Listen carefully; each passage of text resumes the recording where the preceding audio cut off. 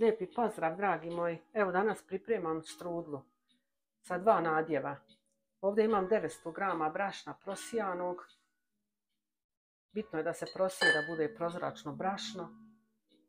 Ovdje imam jednu kašiku šećera, kvasca, jednu kocku, 150 ml ulja. A ovdje imam 250 ml mlijeka i dodala sam 250 ml vode. Koricu od jednog limuna, kašikica soli, 4 žumanjka i sada ću ja kvasac zdrobiti. Stavit ću malo mlijeka.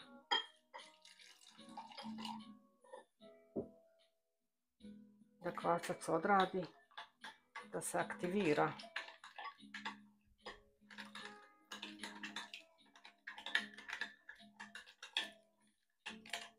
Stavit ću jednu kašiku brašna.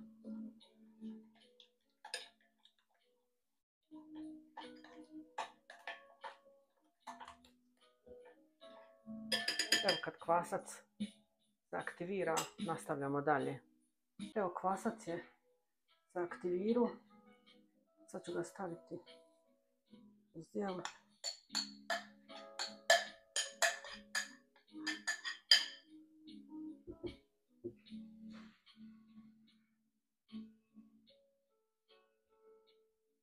Dodat ću žumanjke.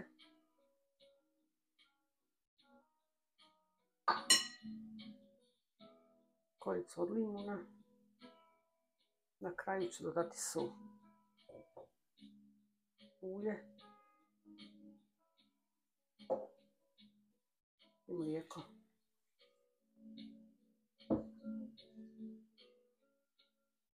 Sada ćemo tijesto zakuhati.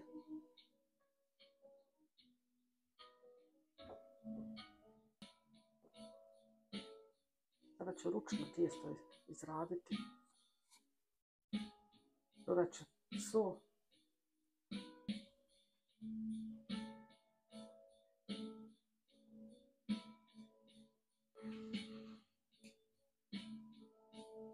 Malo ću brašna dodatno uzeti da mogu tijesto oblikovati.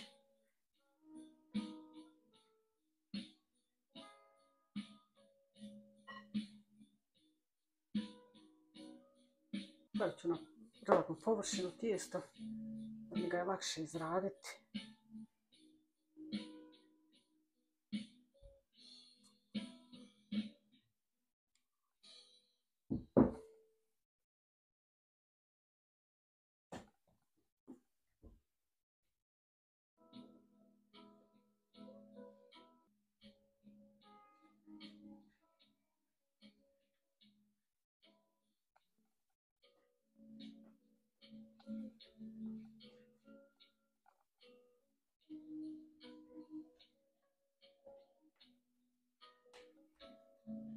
Evo tijesto sam izradila.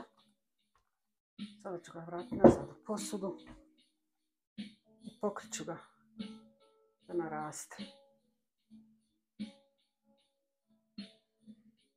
Tijesto mora biti na toplom pa se vidimo. Evo skoro moje tijesto je nadošlo. Sad ću ja ovdje pripremati sam orahe za nadjev. Mlijeka imam 150 grama, mililitara. 200 grama šećera.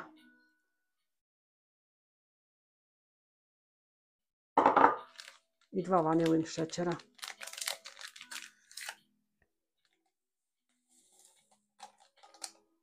I sad ću ovo mlijeko dobro zagrijati da mogu orahe popariti.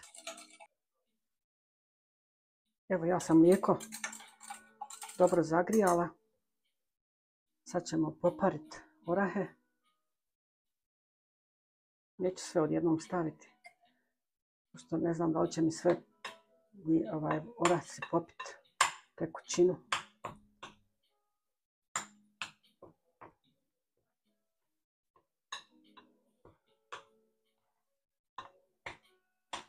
Još malo.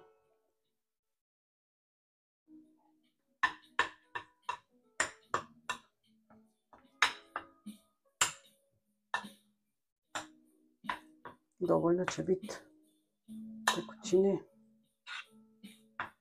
Sasvim malo mi je ostalo.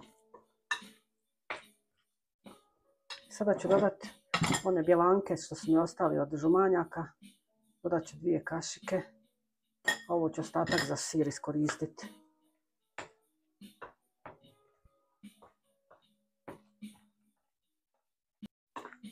Evo, fil sa orasima je gotov. Sada pripremam sir. Ovdje imam 400 grama sira, jedno cijelo jaje,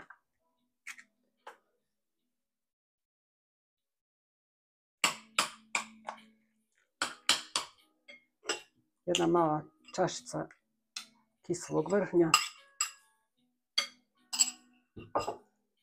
150 grama šećera i jednu kašiku kukuruznog brašna. Ovo ćemo dobro siriniti.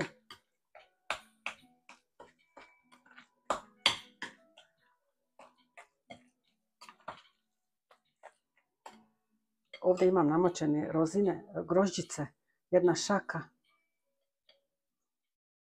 Ako ne volite grožđice i ne trebate stavljati. Ja ih volim. Evo još bjelanke stavim u smjesu.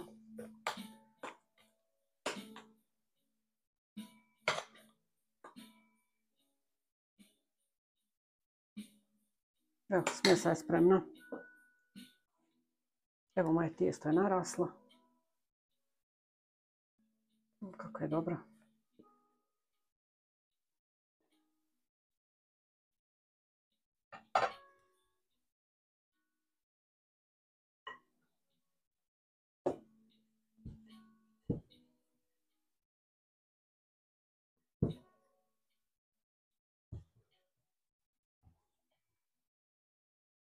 Malo ću površinu posuti brašnom.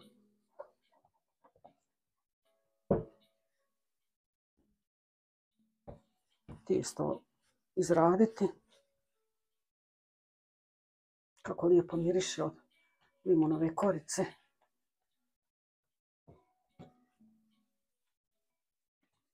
Sad ću tijesto razdijeliti na 2 dijela.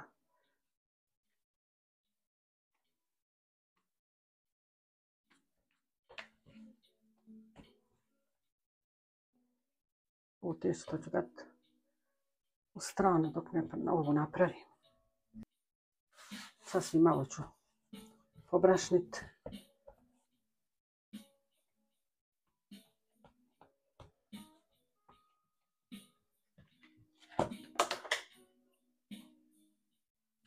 I sada ću ga razvajati na 4 kuta. Pošto imam tepsiju negdje približno 40 cm.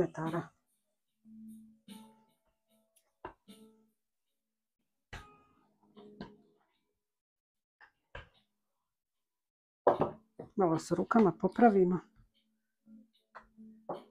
da je svugdje iste debeline. Sada stavljamo fil orahov.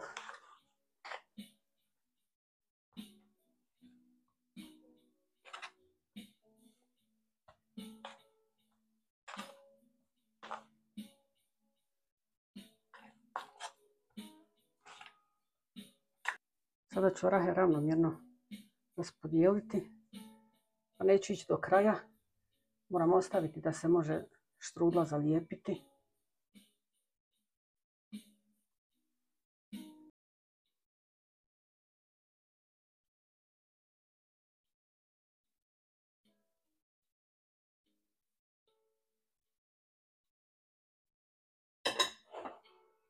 I sada ću ja štrudlu zavijati. Neću je na krug, nego ću je na ovaj način.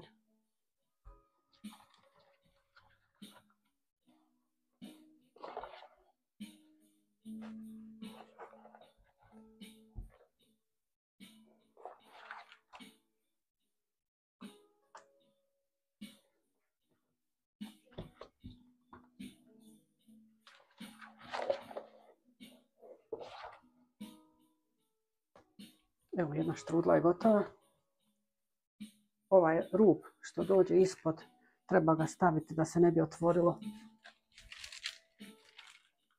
Sada ćemo staviti štrudlu u tepsiju.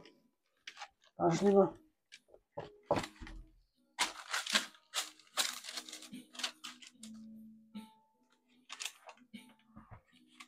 Sad nastavljamo sa drugom štrudlom. Drugo tijesto isto razvaljamo na istu dužinu, širinu. Sada stavljamo sir. Na isti način zarovam.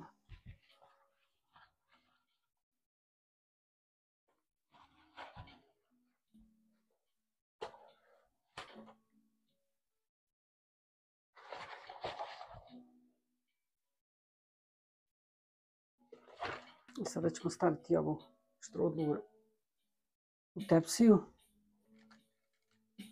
Evo, oba dvije sam štrudle smjestila. Sada ću im pokriti, pustite oko pola sata da nadođu, pa se vidimo. Evo, nakon 25 minuta moje tijesto je naraslo.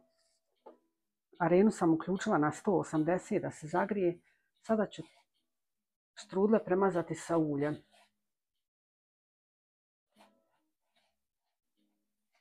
Sa maslacom ne mažemo zato što je maslac brzo izgori.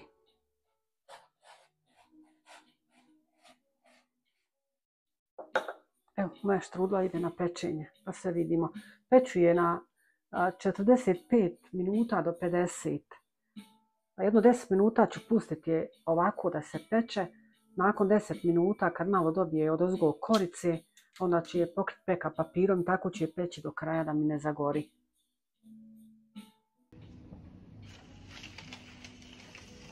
Evo, moje štrudle su pečene. Kako su dobre. I sada ću im pokriti sa vlažnom krpom. Pokvašila sam pa sam je dobro iscijedila da mi malo korica se omekša. I da se malo prohladi. Ovo kako su velike. Pekla sam ih tačno 50 minuta. A smanjila sam temperaturu na 170 stepeni nakon pola sata.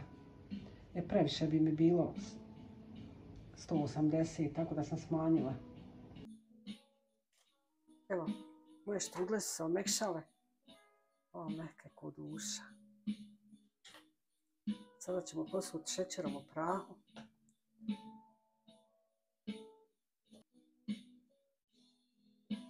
Ja volim baš ovako kad su velike štrudle.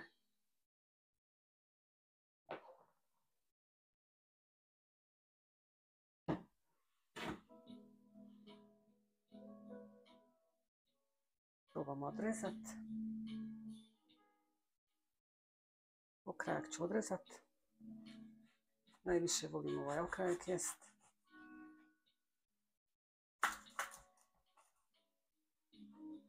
Još su vruće.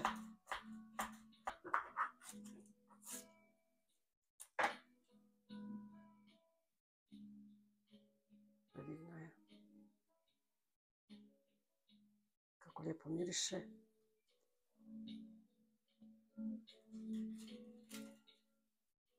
Ovo još sa sirom.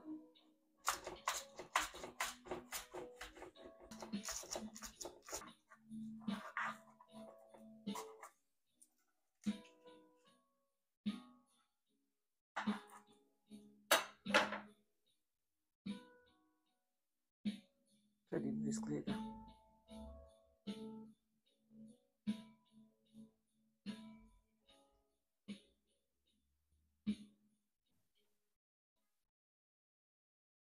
Ovom prilikom želim da čestitam svima vama koji slavite uskrsne praznike, da ga u zdravlju i veselju provedete sa svojim najdražim.